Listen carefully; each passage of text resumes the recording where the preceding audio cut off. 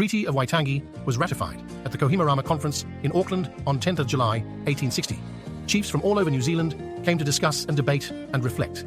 How was this whole colonisation thing working out anyway, these past 20 years? The conference went on for a month and served to update and supersede the treaty. Many, indeed, most, of the assembled 112 Maori leaders explicitly inserted into their speeches that they acknowledged British sovereignty over their nation and their satisfaction with it. Conspicuously missing from the parliament were the chiefs of Waikato and Taranaki Maori. The former, because their king was ill and soon to die.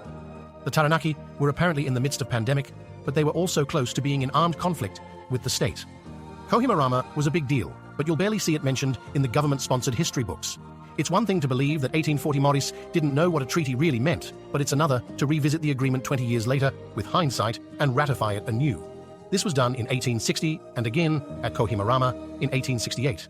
How do revisionist historians sidestep the Kohi Conference and persist in the new fiction that Maoris are not equal citizens?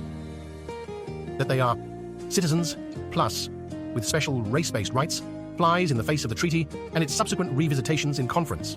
Firstly, the Kohi Conference is mostly passed over entirely. Secondly, if it is discussed at all, then the same ploy is used that works so well for the treaty. That is, it is said that there are differing interpretations simultaneously occurring. Two versions of the treaty, two versions of the conference. We are asked to accept that the treaty was not really a treaty and the conference not really a conference.